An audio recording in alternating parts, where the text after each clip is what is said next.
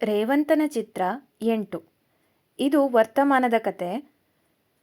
ಅಣ್ಣ ಅಣ್ಣ ಎದ್ದೇಳೋ, ಬಾಗಿಲು ತೆಗಿ ಎಂಬ ರೂಮಿನ ಬಾಗಿಲು ಬಡಿದ ಶಬ್ದಕ್ಕೆ ಎಚ್ಚರಗೊಂಡ ರೇವಂತ್. ನಿಧಾನವಾಗಿ ಕಣ್ಣುಜ್ಜುತ್ತಾ ಎದ್ದು ಬಂದ ರೇವಂತ್ ಬಾಗಿಲು ತೆಗೆದ ತಕ್ಷಣ ಚಿನ್ಮಯಿ ಒಳಗೆ ಬಂದು, ಅಣ್ಣ ಎಚ್ಚರ ಆಯ್ತಾ, ಗುಡ್ ಮಾರ್ನಿಂಗ್ ಎಂದಳು. ಗುಡ್ ಮಾರ್ನಿಂಗ್ ಚಿನ್ನು, ಯಾಕಿಷ್ಟು ಬೇಗ ಎಬ್ಬಿಸ್ದೆ ಎನ್ನುತ್ತಾ ವಾಶ್ರೂಮ್ ಕಡೆಗೆ ಹೋದ. ಸ್ವಲ್ಪ ಸಮಯದ ನಂತರ ಮುಖ ತೊಳೆದು ಬಂದ ರೇವಂತ್ ಅವಳ ಬಳಿ ಬಂದು ಕುಳಿತ. ಬಾ ಚಿನ್ನು, ತಿಂಡಿ ಮಾಡೋಣ, ತುಂಬ ಹಸಿವಾಗಿದೆ ಎಂದ. ಬಾ ಅಣ್ಣ, ಹಸಿವಾಗದೆ ಇನ್ನೇನಾಗುತ್ತೆ, ರಾತ್ರಿ ಊಟ ಕೂಡ ಸರಿಯಾಗಿ ಮಾಡಿಲ್ಲ, ನಡಿ ಬೇಗ, ಆಮೇಲೆ ನಾವು ಹೊರಗಡೆ ಹೋಗೋಣ, ಸಾತ್ವಿಕ್ ಹೇಳಿದ್ದೀನಿ ಎನ್ನುತ್ತಾ ಅವನನ್ನು ಕರೆದುಕೊಂಡು ಹೋದಳು. ಚಿನ್ಮಯಿ ಮನೆಯಲ್ಲಿ ಎಲ್ಲರನ್ನೂ ಸಂಭಾಳಿಸುತ್ತಿದ್ದಳು. ರೇವಂತ್ಗೆ ಏನೋ ಆಗಿದೆ ಎನ್ನುವುದು ಅವಳಿಗೆ ಗೊತ್ತಿತ್ತು. ವಿಷಯ ಏನು ಎನ್ನುವುದನ್ನು ಸಾತ್ವಿಕ್ ಹೇಳುತ್ತಾನೆಂದು ಕಾಯುತ್ತಾ ಇದ್ದಳು. ನಿನ್ನೆ ನಡೆದ ಮದುವೆ ವಿಷಯದಿಂದ ರೇವಂತ್ಗೆ ಇನ್ನೂ ಬೇಜಾರಾಗಿರುತ್ತದೆ ಎಂಬುದು ತಿಳಿದಿದ್ದ ಚಿನ್ಮಯಿ ಅವನನ್ನು ಎಬ್ಬಿಸಿ ಹುರಿದುಂಬಿಸಲು ಬಂದಿದ್ದಳು. ನೇರವಾಗಿ ಡೈನಿಂಗ್ ಹಾಲ್ಗೆ ಬಂದರು. ರಾಜಾರಾವ್ ಮತ್ತು ಉಮಾದೇವಿ ಆಗಲೇ ತಿಂಡಿ ತಿಂದು ತಮ್ಮ ತಮ್ಮ ದಿನಚರಿಗೆ ನಡೆದಿದ್ದರು. ರೇವಂತ್ಗೆ ಒಂದು ಪ್ಲೇಟ್ ಕೊಟ್ಟು ತಾನು ತಿಂಡಿ ಹಾಕಿಕೊಂಡು ತಿನ್ನಲು ಕುಳಿತಳು. ಚಿನ್ನು, ಅಮ್ಮ ಎಲ್ಲಿ, ಮತ್ತೆ ಅಪ್ಪನ ತಿಂಡಿ ಆಯ್ತಾ ಕೇಳಿದ ರೇವಂತ್. ಅಮ್ಮಂಗೆ ಕಾಲು ನೋವು ಜಾಸ್ತಿ ಆಗಿದೆ, ತಿಂಡಿ ಮಾಡಿ ರೆಸ್ಟ್ ಮಾಡ್ತೀನಿ ಅಂತ ಹೋದರು.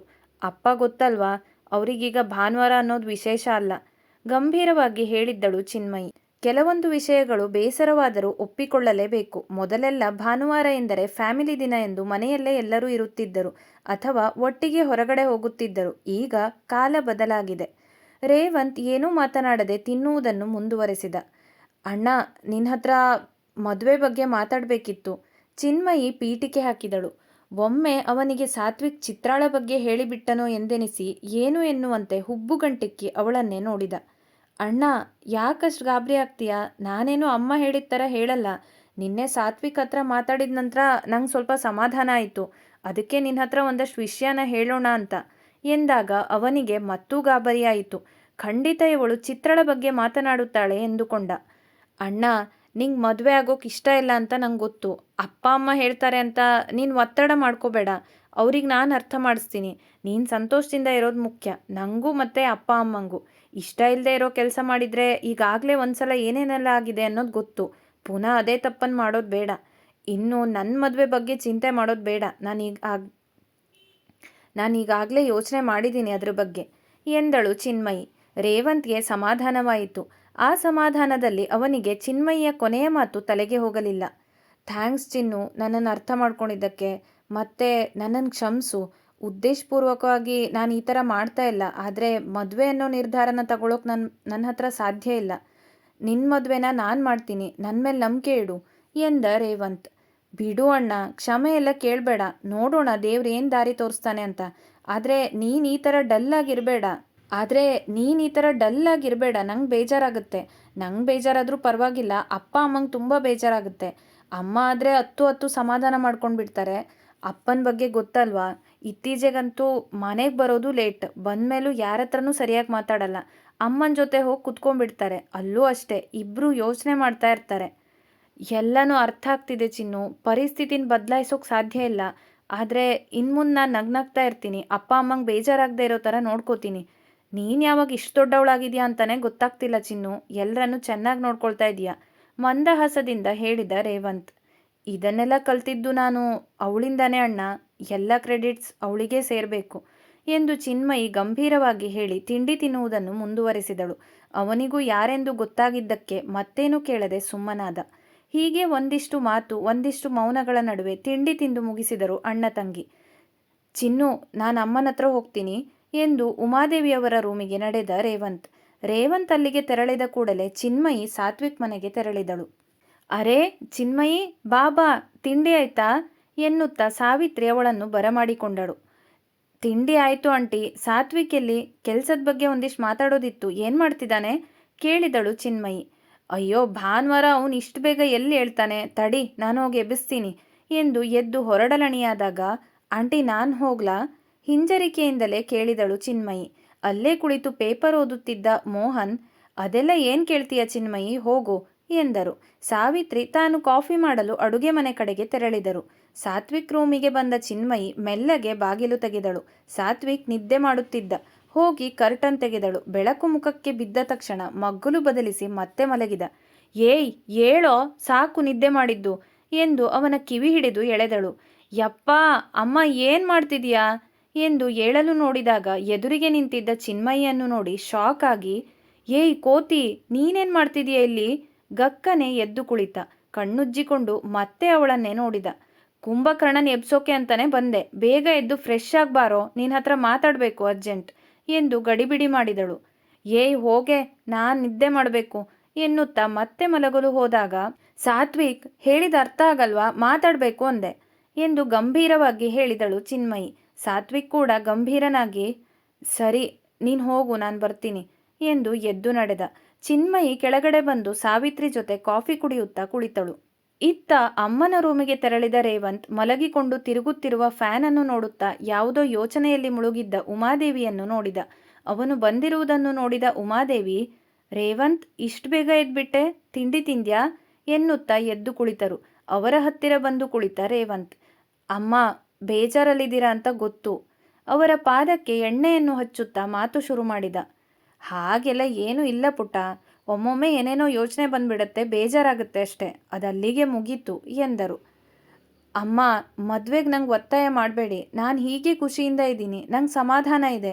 ಚಿನ್ಮಯಿ ಮದುವೆ ಕೂಡ ಆಗುತ್ತೆ, ನಾನು ಒಳ್ಳೆ ಹುಡುಗನ ಹುಡುಕ್ತೀನಿ. ಆದರೆ ನೀವು ಹೀಗೆ ಬೇಜಾರು ಮಾಡ್ಕೊಂಡು ಅಳ್ತಾ ಇದ್ರೆ ನಮಗಿಬ್ಬರಿಗೂ ಬೇಜಾರು ಅಮ್ಮ ಎಂದ ರೇವಂತ್. ಎಲ್ಲರೂ ನಿನ್ನ ಮದುವೆ ಆಗಿಲ್ಲ ಅಂತ ಹೇಳಿದಾಗ ಮನಸ್ಸಿಗೆ ತುಂಬ ನೋವಾಗುತ್ತೆ. ಯಾರೋ ಹೇಳಿದ್ರು ಅಂತನೂ ಅಲ್ಲ, ಜೀವನ ಪರ್ಯಂತ ಹೀಗೆ ಇರೋಕ್ಕಾಗತ್ತಾ? ನೀನೇ ಹೇಳು. ಆಗಿದ್ದನ್ನೆಲ್ಲ ಮರೆತು ಮುಂದೆ ಬರಬೇಕಲ್ವಾ? ಯೋಚನೆ ಮಾಡು, ನಾವು ಇನ್ನೆಷ್ಟು ವರ್ಷ ಇರ್ತೀವಿ ಗೊತ್ತಿಲ್ಲ. ಚಿನ್ಮಯಿ ಕೂಡ ಮದುವೆ ಆಗಿ ಹೋಗ್ತಾಳೆ. ಆಮೇಲೆ ನೀನು ಒಂಟಿ ಆಗ್ತೀಯ ಅನ್ನೋ ಚಿಂತೆ ನಮಗೆ. ಅಪ್ಪ ಅಂತೂ ಏನೂ ಹೇಳಲ್ಲ, ಆದರೆ ದಿನ ಅದೇ ಕೊರಗು. ಯೋಚನೆ ಮಾಡು ರೇವಂತ್ ಅವನ ತಲೆನೇವರಿಸುತ್ತಾ ಹೇಳಿದರು ಉಮಾದೇವಿ. ಅಮ್ಮ ನಿಮ್ಮ ದುಃಖ ನಂಗೆ ಅರ್ಥ ಆಗುತ್ತೆ, ಆದರೆ ಈ ವಿಷಯದಲ್ಲಿ ನಾನು ಕೂಡ ಅಸಹಾಯಕ ಎಂದು ಸುಮ್ಮನಾದ. ಕಣ್ಣಂಚಲಿ ಕಂಬನಿ ಜಿನುಗುತ್ತಿತ್ತು. ಉಮಾದೇವಿಯವರು ಕೂಡ ಮೌನವಾದರು. ಫ್ರೆಶ್ ಆಗಿ ಕೆಳಗಡೆ ಬಂದ ಸಾತ್ವಿಕ್, ಸಾವಿತ್ರಿ ಅವನಿಗೂ ಕಾಫಿ ತಿಂಡಿ ಕೊಟ್ಟರು. ಏನಾಯ್ತೋ ಸಾತ್ವಿಕ್, ಡಲ್ ಆಗಿದೆಯಾ? ನಿದ್ದೆ ಭಂಗ ಆಯಿತು ಅಂತ ಕೋಪನಾ ಕೇಳಿದರು ಸಾವಿತ್ರಿ. ಹೌದು, ಮತ್ತೆ ಉಳಿದ ದಿನ ಅಂತೂ ಆಫೀಸಿಗೆ ಹೋಗ್ಬೇಕು ಅಂತ ಬಂದು ಕಾಟ ಕೊಡ್ತಾಳೆ ಇವಳು, ಇವತ್ತೂ ಬಿಡಲ್ಲ ಅಂದರೆ ಹೇಗೆ? ಹುಸಿಕೋಪ ತೋರಿಸುತ್ತಾ ಹೇಳಿದ ಸಾತ್ವಿಕ್. ಸಾವಿತ್ರಿ ಮತ್ತು ಮೋಹನ್ ನಕ್ಕರೆ ಚಿನ್ಮಯಿ ಗಂಭೀರವಾಗಿಯೇ ಇದ್ದಳು. ಇದನ್ನು ಗಮನಿಸಿದ ಸಾತ್ವಿಕ್, ಖಂಡಿತ ಇವತ್ತೇನೋ ಕಾದಿದೆ ನನಗೆ ಎಂದುಕೊಂಡ. ತಿಂಡಿ ಮುಗಿಸಿದ ನಂತರ, ಏಯ್ ಬಾರೋ, ಪ್ರಾಜೆಕ್ಟ್ ಬಗ್ಗೆ ಸ್ವಲ್ಪ ಮಾತಾಡೋಣ ಎಂದು ಚಿನ್ಮಯಿ ಅವನನ್ನು ಕರೆದಳು. ಸಾತ್ವಿಕ್ಗೆ ಆಶ್ಚರ್ಯವಾಯಿತು. ಅವಳೆಂದೂ ಮನೆಗೆ ಬಂದು ಆಫೀಸಿನ ಬಗ್ಗೆ ಮಾತನಾಡಿದವಳಲ್ಲ. ಅಷ್ಟಕ್ಕೂ ಅವರಿಬ್ಬರೂ ಕೂಡ ಬೇರೆ ಬೇರೆ ಗುಂಪಿನಲ್ಲಿ ಕೆಲಸ ಮಾಡುತ್ತಿದ್ದರು. ಅಪ್ಪ ಅಮ್ಮನ ಎದುರಿಗೆ ಹೀಗೆ ಮಾತನಾಡಬೇಕೆಂದು ಹೇಳಿದವಳಂತೂ ಅಲ್ಲವೇ ಅಲ್ಲ. ಮೌನವಾಗಿ ಅವಳ ಹಿಂದೆ ನಡೆದ. ಮೋಹನ್ ಮತ್ತು ಸಾವಿತ್ರಿಗೆ ಏನೂ ಅನ್ನಿಸಲಿಲ್ಲ.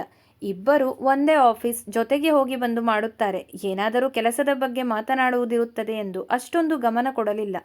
ಚಿನ್ಮಯಿ ಮತ್ತು ಸಾತ್ವಿಕ್ ಅವನ ರೂಮಿನ ಬಾಲ್ಕನಿ, ಅಂದರೆ ಎಲ್ಲರ ಪ್ಲಾನಿಂಗ್ ಅಡ್ಡಕ್ಕೆ ಬಂದು ಕುಳಿತರು. ಒಂದು ಕ್ಷಣ ಇಬ್ಬರ ಮಧ್ಯೆ ಯಾವುದೇ ಮಾತುಕತೆ ಶುರುವಾಗಲಿಲ್ಲ. ಏಯ್ ಕೋತಿ, ಏನೇನೆಂದು ತಲೆಹರಟೆ, ಬೆಳಗ್ಗೆ ಬೆಳಗ್ಗೆ ಮಾತಾಡಬೇಕು ಅಂತ ಹೇಳಿ ಸುಮ್ಮನೆ ಕೂತಿದೀಯಾ ಎಂದ. ನೋಡು ಸಾತ್ವಿಕ್, ಮೊದಲು ನೀನಂಗೆ ಕೋತಿ ಅಂತ ಕರೆಯೋದನ್ನು ಬಿಡು, ಇನ್ಮುಂದೆ ಹಾಗೆ ಕರೆದ್ರೆ ಸರಿ ಅನ್ಸಲ್ಲ ಎಂದಳು ಚಿನ್ಮಯಿ. ನಾನು ಹಾಗೆ ಕರೆಯೋದು, ನೀನು ಏನು ಬೇಕಾದರೂ ಹೇಳು, ಅಂಕಲ್ ಬಂದು ಹೇಳಿದ್ರು ಅಷ್ಟೇ, ನಾನು ಕೋತಿ ಅಂತ ಕರೆಯೋದನ್ನು ಬಿಡಲ್ಲ ಎಂದು ಸಾತ್ವಿಕ್ ಹೇಳಿದಾಗ, ಹೆಂಡ್ತಿನ ಯಾರಾದರೂ ಕೋತಿ ಅಂತ ಕರೀತಾರಾ? ಸಾತ್ವಿಕ್ ಅವಾಕ್ಕಾದ. ಏನು ಏನು ಹೇಳ್ತಿದೀಯ ಚಿನ್ನಿ? ನನಗೇನೂ ಅರ್ಥ ಆಗ್ತಿಲ್ಲ ಶಾಕ್ನಿಂದಲೇ ಕೇಳಿದ ಸಾತ್ವಿಕ್. ಸಾತ್ವಿಕ್, ಅರ್ಥ ಆದರೂ ನಾಟಕ ಮಾಡಬೇಡ, ನೀ ನನ್ನ ಮದುವೆ ಆಗ್ತೀಯ ಅಂತ ಕೇಳಿದೆ ಎಂದು ಚಿನ್ಮಯಿ ನೇರವಾಗಿ ಹೇಳಿದಳು. ತಲೆ ಸರಿ ಇದೆಯಾ ಚಿನ್ಮಯಿ ನಿಂಗೆ? ಏನು ಮಾತಾಡ್ತಿದ್ಯಾ ಅಂತಾದರೂ ಗೊತ್ತಿದೆಯಾ ನಿಂಗೆ? ಸಾತ್ವಿಕ್ ಗಂಭೀರವಾಗಿ ಕೇಳಿದ. ಏನು ಕೇಳ್ತಾ ಇದ್ದೀನಿ ಅನ್ನೋದು ನಂಗೆ ಸರಿಯಾಗಿ ಗೊತ್ತಿದೆ. ನಾನು ಪ್ರಶ್ನೆ ಕೇಳಾಗಿದೆ, ನೀನು ಉತ್ತರ ಕೊಡಬೇಕಷ್ಟೆ. ಮದುವೆ ಆಗ್ತೀಯಾ ಇಲ್ವಾ ಮತ್ತೆ ಕೇಳಿದಳು. ಸಾತ್ವಿಕ್ ದೃಷ್ಟಿ ಬದಲಿಸಿ ಹೊರಗಡೆ ಆಕಾಶವನ್ನು ನೋಡುತ್ತಾ ನಿಂತ. ನೋಡು ಸಾತ್ವಿಕ್, ನಿಂಗೀಗ ಅನ್ಸ್ಬಹುದು ಎಲ್ಲರೂ ರಿಜೆಕ್ಟ್ ಮಾಡ್ತಾ ಇದ್ದಾರೆ, ಇವಳೊಬ್ಬರನ್ನ ಕಟ್ಕೋಬೇಕು, ಅದಕ್ಕೆ ಸಾತ್ವಿಕ್ ಇದ್ದಾನೆ, ಅವ್ನು ಕೇಳಿಬಿಡೋಣ ಅಂತ ಕೇಳ್ತಿದ್ದಾಳೇನೋ ಅಂತ. ಆದರೆ ಹಾಗೇನೂ ಇಲ್ಲ. ನಂಗೆ ನೀನು ಇಷ್ಟನ ಇಲ್ವಾ ಅದು ನಂಗೆ ಗೊತ್ತಿಲ್ಲ, ಆದರೆ ನಿನ್ನ ಜೊತೆ ಇದ್ದರೆ ನಾನು ಖುಷಿಯಾಗಿರ್ತೀನಿ, ಅದಂತೂ ಸತ್ಯ. ನಿನ್ನೆ ನೋಡಿದೆ ಅಲ್ವಾ, ನಿನ್ನ ಒಂದು ಮಾತಿಂದ ನಂಗೆ ಎಷ್ಟು ಸಮಾಧಾನ ಆಯಿತು ಗೊತ್ತಾ? ಇದೊಂದೇ ಅಲ್ಲ, ಮೊದಲಿಂದನೂ ಅಷ್ಟೇ. ನಂಗೆ ನಿನ್ನ ಹತ್ರ ಮಾತಾಡಿದ ಮೇಲೆ ಏನೇ ಸಮಸ್ಯೆ ಇದ್ದರೂ ಅದು ಸಮಸ್ಯೆನೇ ಅಲ್ಲ ಅಂತ ಅನಿಸ್ತಿತ್ತು. ಹಾಗೆ ನಿನ್ನೆ ರಾತ್ರಿ ಎಲ್ಲ ಕೂತ್ಕೊಂಡು ಯೋಚನೆ ಮಾಡಿದೆ. ನಂಗನ್ನಿಸ್ತು ನಾನು ನಿನ್ನ ಜೊತೆ ಇದ್ದರೆ ಖುಷಿಯಾಗಿರ್ತೀನಿ ಅನ್ನೋದು. ನಂಗೆ ನಿಜವಾಗ್ಲೂ ನಿನ್ನ ಜೊತೆ ಖುಷಿ ಸಿಗುತ್ತೆ. ನೀ ನನ್ನ ಬೆಸ್ಟ್ ಫ್ರೆಂಡ್. ಈ ಬೆಸ್ಟ್ ಫ್ರೆಂಡ್ ನನ್ನ ಸಂಗಾತಿ ಆದರೆ ನನ್ನ ಜೀವನದಲ್ಲಿ ತುಂಬ ಸಂತೋಷವಾಗಿರ್ತೀನಿ ಅಂತ ಅನ್ನಿಸ್ತಿದೆ. ಅದಕ್ಕೆ ನಾನು ಹಿಂಗೆ ನೇರವಾಗಿ ಕೇಳ್ತಾ ಇರೋದು ಎಂದು ಚಿನ್ಮಯಿ ಹೇಳಿದಾಗ, ಚಿನ್ಮಯಿ, ನಾನು ನಿನ್ನನ್ನು ಯಾವತ್ತೂ ಆ ದೃಷ್ಟಿಯಿಂದ ನೋಡಿಲ್ಲ. ನೀನು ಏನೇನೋ ಮಾತಾಡ್ತಾ ಇದೀಯಾ. ನಂಗೆ ಇದಕ್ಕೆ ಏನು ಉತ್ತರ ಕೊಡಬೇಕು ಅಂತ ಗೊತ್ತಾಗ್ತಾ ಇಲ್ಲ. ಇದನ್ನ ಇಲ್ಲಿಗೆ ಬಿಟ್ಬಿಡು. ನೀನು ಇಲ್ಲಿಂದ ಹೋಗು ಎಂದ ಸಾತ್ವಿಕ್. ಚಿನ್ಮಯಿಗೆ ಏನು ಮಾಡಬೇಕೆಂದು ತೋಚಲಿಲ್ಲ. ಅವನನ್ನು ಒಮ್ಮೆ ದಿಟ್ಟಿಸಿ ನೋಡಿ ಅಲ್ಲಿಂದ ಹೊರಟಳು. ಮುಂದುವರಿಯುವುದು.